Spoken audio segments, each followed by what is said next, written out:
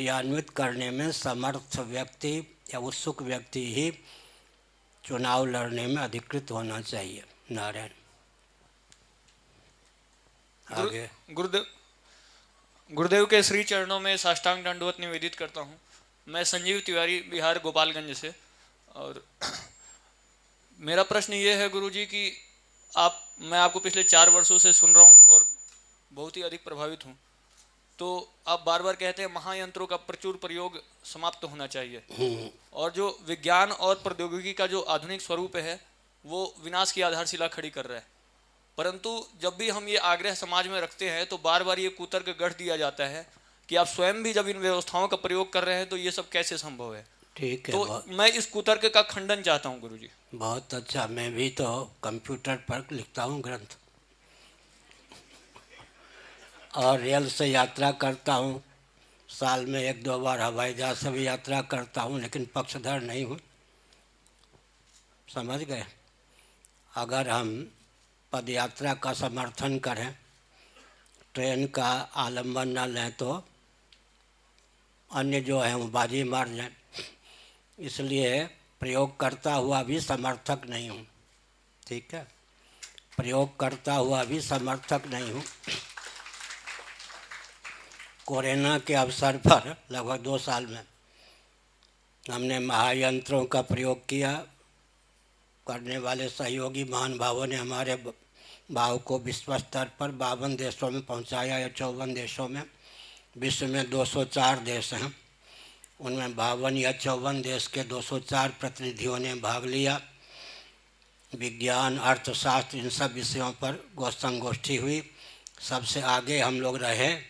लेकिन महायंत्र प्रवर्तनम, मनुस्मृति 1163, एक नियम है कि अप्राप्त का प्रतिषेध नहीं होता। अगर मनवादी महर्षि महायंत्रों के प्रवर्तन आविष्कार में समर्थ न होते तो निषेध क्यों करते मनु जी महायंत्र प्रवर्तनम। अब विचार करके देखें, जब महायंत्रों का प्रवर्तन होता है तब क्या क्या विसंगति होती है। बेरोजगारी होती है। एक व्यक्ति एक महायंत्र के माध्यम से इतना कार्य कर लेता है कि कम से कम 1000 व्यक्ति फिर बेरोजगारी का शिकार हुए बिना नहीं रहता। दूसरी बात है कि यंत्रों के प्रयोग के कारण, महायंत्रों के प्रयोग के कारण प्राणियों की प्रजातियां विलुप्त होती हैं। ट्रैक्टर के माध्यम से, ट्रक के माध्यम से राजस्थान में जो कार्य किया गया उसके फलस्वरूप ऊँट को मार मार के लोग खा गए। अब ऊँट की प्रजाति भी विलुप्त प्राय है या नहीं।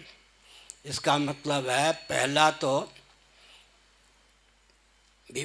फल विस्फोटक परिणाम देखिए, जब महायंत्रों का प्रयोग होता है तब प्राणियों की प्रजातियों का विलोप होता है। ग्राम में पशु का भी विलोप होता है, वन में रहने वाले प्राणियों का भी विलोप होता है। प्रजातियों के विलोप पर राजनीतिक दल वाले विचार करते हैं, उधर उनका ध्यान नहीं जाता। ज्यों ज्यों यंत्रों का नहीं, महायंत्रों का प्रचुर आविष्कार और प्रयोग होगा, त्यों त्यों प्राणियों की विविध प्रजातियों का विलोप होगा। विकास के नाम पर ऊर्जा के जो स्रोत हैं, पृथ्वी, पानी, प्रकाश, पवन, ये चारों के चारों इतने कुपित हो गए हैं, दूषित हो गए हैं। इनका प्रभाव पड़ा है किस पर? चंद्रमंडल पर। चंद्रमा की सतह भी कई मीटर धंस गई है। इसलिए विभीषिका तो सामने है, आज न सही कल। अंत में बुद्धिपूर्वक या प्रकृति विस्फोट करके बाध्य कर दे, तब अभी तो हम बुद्धिपूर्वक कार्य कर सकते हैं। भविष्य में प्रकृति बाध्य कर देगी महायंत्रों को प्रतिबंधित करने के लिए, तब तो बुद्धि ठिकाने आ ही जाएगी। इसलिए मनु जी ने बहुत सोच समझ कर लिखा, महायंत्र प्रवर्तनम।